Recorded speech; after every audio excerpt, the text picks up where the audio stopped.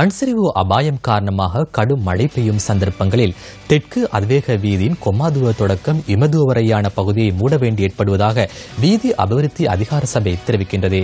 இன்று மாலை வேளையிலும் அந்த பகுதி மூடப்பட்டது.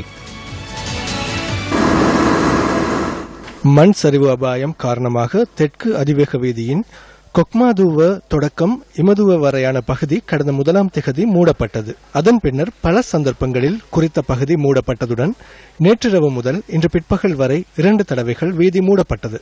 மண் சரிவு ஆய்வு பிரிவின் கண்காணிப்பின் கீழ் அடுத்த நடவடிக்கைகள் இடம்பெறுவதாக வீதி அபிவிருத்தி அதிகார சபை குறிப்பிட்டது.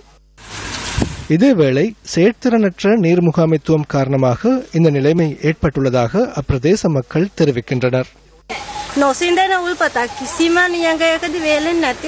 எவ்வேளையிலும் வற்றாத நீர் ஊற்று அங்கு இருந்தது. அந்த நீரை இவ்வாறு வெளியேறுகிறது. நீர் வடிந்தோடுவதற்கான உரிய திட்டம் வகுக்கப்படவில்லை. 30 அல்லது 40 வருடங்களாக அந்த மண்மேடு இருந்தது. எனினும் எந்த வேளையிலும் இதுபோன்ற பிரச்சனை ஏற்படவில்லை. அதிவேக வீதியை அமைத்த பின்னரே இந்த நிலைமை ஏற்பட்டுள்ளது. 741